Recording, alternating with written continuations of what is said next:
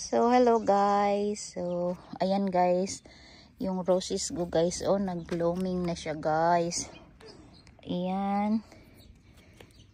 Tapos, ito. Daming bulak. Yung eggplant ko, tinanim ko dyan. Ayan. Yung roses. Tapos, last year si Bella nagdig ng hole guys, tapos yun ang red maple namin. Oh, bumalik siya guys. So ayan, tapos ayan, nagtanim-tanim kami dito guys. At tapos yun, tomato dito pa, dalawa para may ma-harvest. Tapos ito yung pink roses ko, hindi pa siya nag-blooming kasi bago kinakat ko siya last week. Tapos tomato, yan, roses. Tapos yan yung isang babae guys, nagtanim siya ng okra. Ayan siya. Okay. Tapos ayan, nagdig si Arabella ng hole para taniman namin ng hindi ko alam. Tapos yung tree na tinanim namin na nabuhay. Tapos so ayan, nagtanim kami dyan ng mga bean seeds.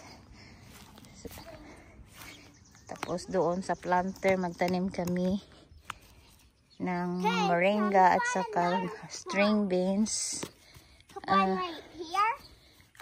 No, right here. That one over there last year. No, the next.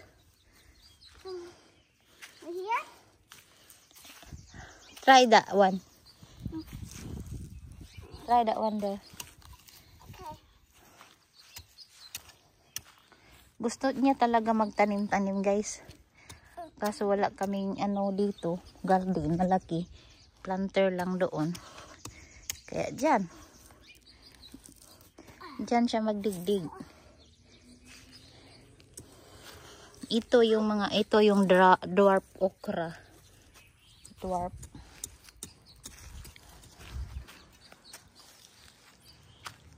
okra.